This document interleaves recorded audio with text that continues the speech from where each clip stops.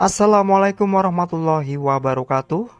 Halo semua, pada kesempatan kali ini Alunius akan memberikan informasi mengenai honorer dengan pengabdian 1-20 tahun akan menjadi PNS, langkah menuju peningkatan pelayanan publik, dan berikut informasinya.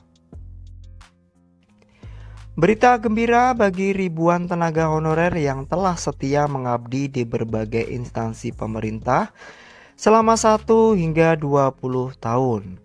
Pemerintah mengumumkan langkah besar dalam rangka pengakuan atas pengabdiannya yang lama.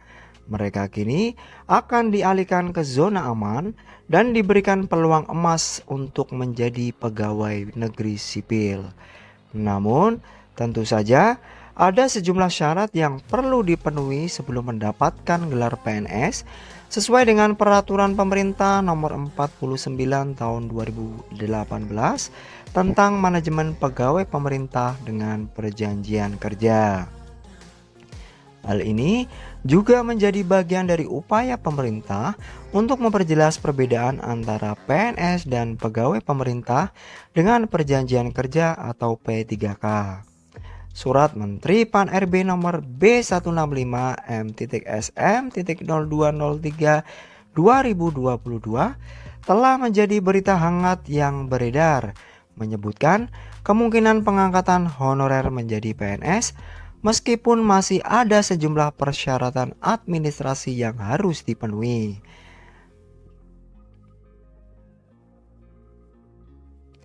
Bagi banyak honorer yang telah menunggu kesempatan ini, selama bertahun-tahun kabar ini sangat membahagiakan.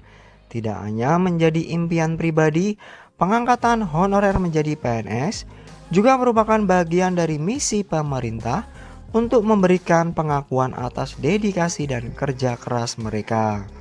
Usia dan masa pengabdian honorer akan menjadi faktor utama dalam pengangkatan ASN, sehingga honorer dengan pengabdian panjang dapat memperoleh apa yang seharusnya mereka dapatkan. Dalam usaha untuk meningkatkan pelayanan publik di Indonesia, pemerintah telah menyetujui kebijakan reformulasi yang mengakomodir tenaga honorer yang telah lama berkontribusi.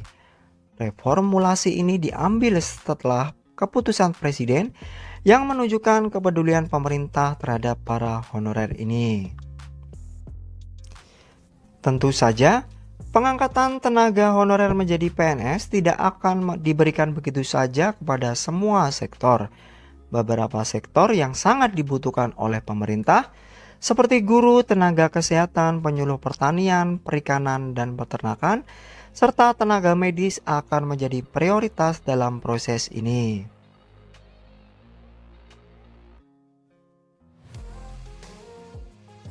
Bagi tenaga honorer yang berambisi menjadi calon pegawai negeri sipil, ada syarat dan ketentuan yang harus dipatuhi sesuai dengan Peraturan Pemerintah Nomor 48 Tahun 2005.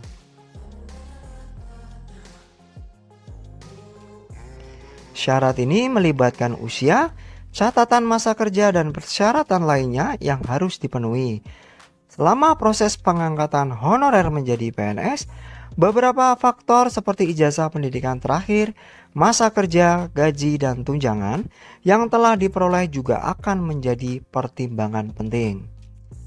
Dengan reformulasi ini, para tenaga honorer akhirnya merasa dihargai dan mendapatkan pengakuan yang pantas atas kerja keras mereka. Selain itu, reformasi ini juga diharapkan dapat memberikan dorongan signifikan dalam meningkatkan efektivitas administrasi dan pelayanan publik di seluruh Indonesia. Ini adalah langkah besar menuju penyelenggaraan pemerintah yang lebih baik dan peningkatan kualitas hidup masyarakat secara keseluruhan. Semoga dengan semangat reformasi ini, Indonesia dapat terus maju ke arah yang lebih baik. Demikian informasi yang dapat kami sampaikan, semoga bermanfaat bagi kita semua. Akhir kata, wassalamualaikum warahmatullahi wabarakatuh.